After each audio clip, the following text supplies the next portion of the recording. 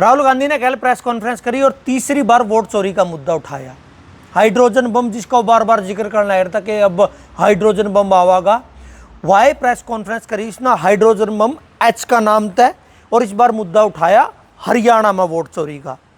उसकी press conference में के कुछ बात हुई है, सारा सब कुछ हमने प्रेस कॉन्फ्रेंस में देखा है के जिक्र कराया, जैसे कि वह ब्राज़ील की एक महिला का कि उसके हरियाणा में 22 जगह वोट थे, एक महिला के इतनी फ़ोटो, अलग अलग नाम, फ़ोटो एक ही महिला की, घरा के एड्रेस, जो आम तौर पर अब तक जितनी भी प्रेस कॉन्फ्रेंस हुई उनमें जितने भी हुए रही हैं लगभग सेम टू सेम सारे पॉइंट रहे।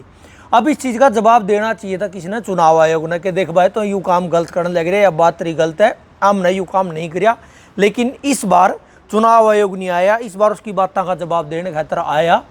किरण रिजिजू केंद्रीय मंत्री और पूरी की पूरी हरियाणा बीजेपी के सारे मंत्री लग रहे हैं, सारे उनके सोशल मीडिया हैंडल, सारी उनकी social media team, BJP IT cell सारी लगी हुई है राहुल गांधी की सारी बातों को गलत साबित करने में, मीम बना कर उनको पप्पू साबित करने में, जो वह लगातार करते आ रही हैं। लेकिन उनकी बातों का तथ्यात्मक रूप से उन पर कोई जवाब नहीं है। अब बीजेपी वाले के कहने लग रहे हैं इस विषय पर आज आप बात करांगे। राम राम बचारे ने बीजेपी के नेता, अगर आप बात करा बीजेपी के वर्तमान में हरियाणा में शिक्षा मंत्री, उनने निहायत ही घटिया सत्र की बात करी है। जिस महिला का, जिस ब्राज़ील की मॉडल का राहुल गांधी ने जिक्र किया कि इसकी फ़ोटो हरियाणा की वोटर लिस्ट में है, जब हरियाणा के शिक्षा मंत्री पर इस बारे में पूछा गया तो उन्होंने कहा कि या उसकी मौसी हो राहुल गांधी की, वो आया वोट डाल की हो। ये हरियाणा के शिक्षा मंत्री हैं, ये डिसाइड करेंगे कि आपके बालक के पढ़ेंगे, आपके बालकों का आगे चल कर शिक्षा के थ्रू आचरण किसा होगा, यू आदमी यह चीज़ डिसाइड करागा, जिसकी भाषा का सत्र यू है। यो आदमी हरियाणा में एक मंत्री है, शिक्षा मंत्री, और यो देश में जो विपक्ष का नेता है, मतलब देश में अगर आप वहाँ के संसद में, लोकसभा में, सरकार में नंबर 1 का नेता देश का प्रधानमंत्री और नंबर 2 के नेताओं हैं देश के विपक्ष के नेता, उसका बारे में कहने लग रहा है कि जिस मॉडल का उसने जिक्र किया वो उसकी मौसी हो। इस भाषा के जरिए आपके बच्चों की भाषा में सुधार करेंगे, आपके बच्चों का आचरण में, उनका व्यवहार में सुधार करेंगे। आप सोच सको कि ऐसे आदमी जब शिक्षा की नीति बढ़ावेंगे, जब शिक्षा स्कूल में के पढ़ाई जाएगी, उसका बारे में बैठ के अधिकारियों की बैठक लेवेंगे, तो वह के आपके बालका ने पोषण खातर देवेंगे। यह तो थी एक बात। दूसरी बात, हरियाणा में जो बीजेपी के नेता हुए अलग अलग, और बीजेपी के जो ट्रोल मीडिया है, बीजेपी की जो IT सेल है, वो अलग अलग तरीका है राहुल गांधी की प्रेस कॉन्फ्रेंस पर सवाल उठाने लग रहे हैं। मैंने कहने लग रहे हैं कि पहली बात तो यह है कि अगर तब मान लो कि उस महिला ने एक महिला ने कितनी बार, बहुत से ज़्यादा, लगभग 200 बार वोट किया, कि ये हो ही नहीं सकता अलग अलग बूथ पर एक महिला चुनाव के एक दिन की प्रक्रिया में इतने 7 बजे प्रक्रिया शुरू हुई, 5 बजे बंद होगी, इतना टाइम में इतनी जगह वोट कर नहीं सकती। राहुल गांधी ने ये नहीं कहा कि इसने वोट करिए, राहुल गांधी ने कहा कि उसकी फ़ोटो है। इतनी बार वोट करना और फोटो होना दो अलग अलग चीज़ें हैं। और अगर हमने अपनी बात पर इतना भरोसा है, तो हमने चुनाव आयोग पर इतना भरोसा है, तो चुनाव आयोग CCTV की फुटेज क्यों नहीं दिखाने लग रहा। अब ये जो फोटो इतनी बार आने लग रही है, कहने का मतलब ये है कि कहीं ना कहीं अब ये जो फोटो आई है, इसने वोट डाल या नहीं डाल वो तो पता नहीं, लेकिन जो वोट डालने के बाद रात ना 12 बजे अगला दिन, उसका अगला दिन वोटिंग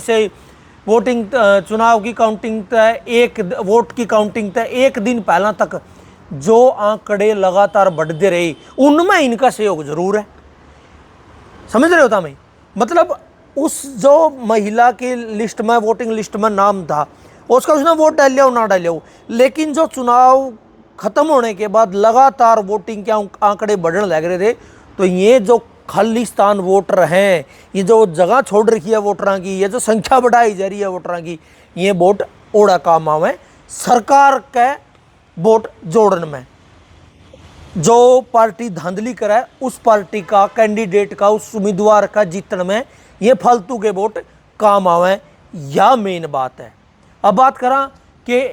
बिना तथ्यात्मक बात है, बोली बात है जो इल्ज़ाम लाने लग रहे राहुल गांधी पे कि यू तो बोला हो रही है। एक नेता ने न्यू भी कहा कि यू पागल हो रही है, देश को इसको पागल घोषित करना चाहिए। एक नेता कहने लग रही है देश का दूसरे नंबर का सबसे बड़ा नेता 71, ये इस देश में नेताओं की भाषा का सत्र रह चुके हैं। जो नु कहने लग रहे नहीं कि भाई ये गलत हो रहा है, ये गलत हो रहा है। जो भी आंकड़े राहुल गांधी ने दिए वो तो सारी चुनाव आयोग द्वारा जारी की गई वोटां की लिस्ट है, उसमें तो ठाए हो गए। अब तो मैं एक बात देखो कि अगर तमें कोई फार्म भरो,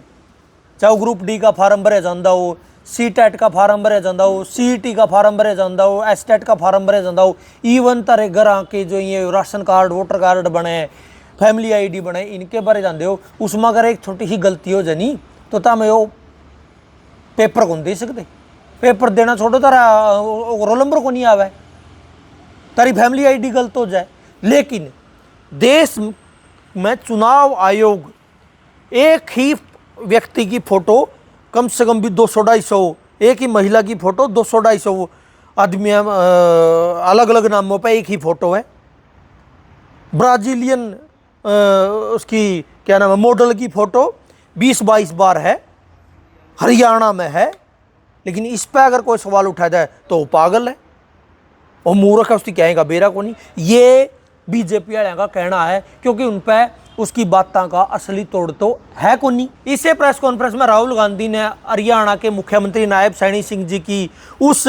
वीडियो का भी इस्तेमाल किया जिसमें उनसे कहा कि भाई हमारे पास सारी व्यवस्थाएं हैं। बीजेपी बाद में सफाई दे रही है अपने सोशल मीडिया हैंडल पे कि सारी व्यवस्थाएं में उन्होंने कहा था कि हम सारी, अगर हम जीत गए तो हम सारी व्यवस्थाएं कर देंगे, कैसे लोगों को सुविधाएं देंगे। जबकि जिनने भी उस टाइम वो प्रेस कॉन्फ्रेंस देखी थी उन्हें सबने पता था, नायब सैनी सिंह जी ने यही कहा था। जब पत्रकारों ने पूछा कि अगर आप सरकार नहीं बना पाए तो क्या आप जोड़ तोड़ की सरकार बनाएंगे, गठबंधन में किसके साथ जाएंगे, अगर आपके पास पूरा जो है आपके 46 विधायक नहीं बने तो आप क्या करेंगे। तो उन्होंने कहा था कि हमें किसी की ज़रूरत नहीं पड़ेगी, आप चिंता ना करो, हमारे पास सारी व्यवस्थाएं हैं। उन्हें सरकार बनाने के लिए सारी व्यवस्थाएं किया था, ना कि लोगों को सुविधाएं देने के लिए।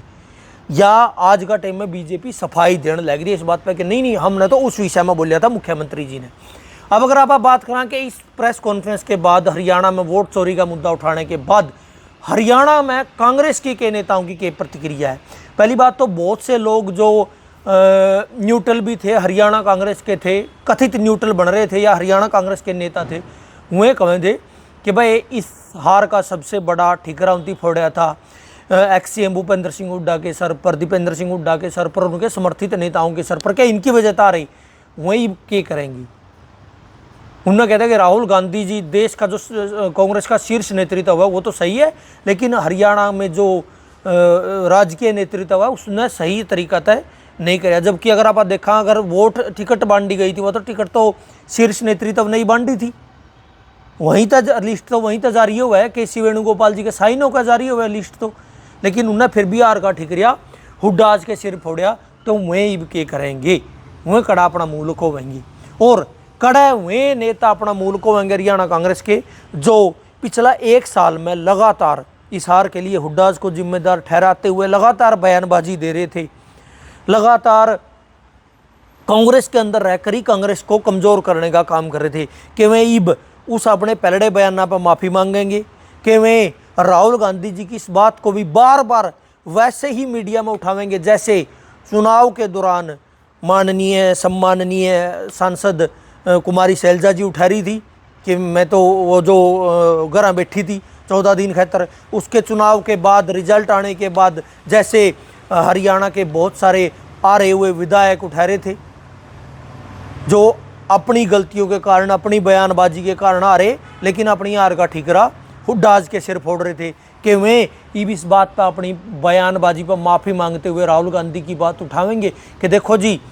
जो हम हारे हैं उसका कारण हुड्डाज नहीं, उसका कारण टिकट वितरण नहीं, बल्कि वोट चोरी है। क्या वे अब इस बात ने उठावेंगे? क्या वे इस बात ने लेकर हरियाणा के जन जन तक जावेंगे?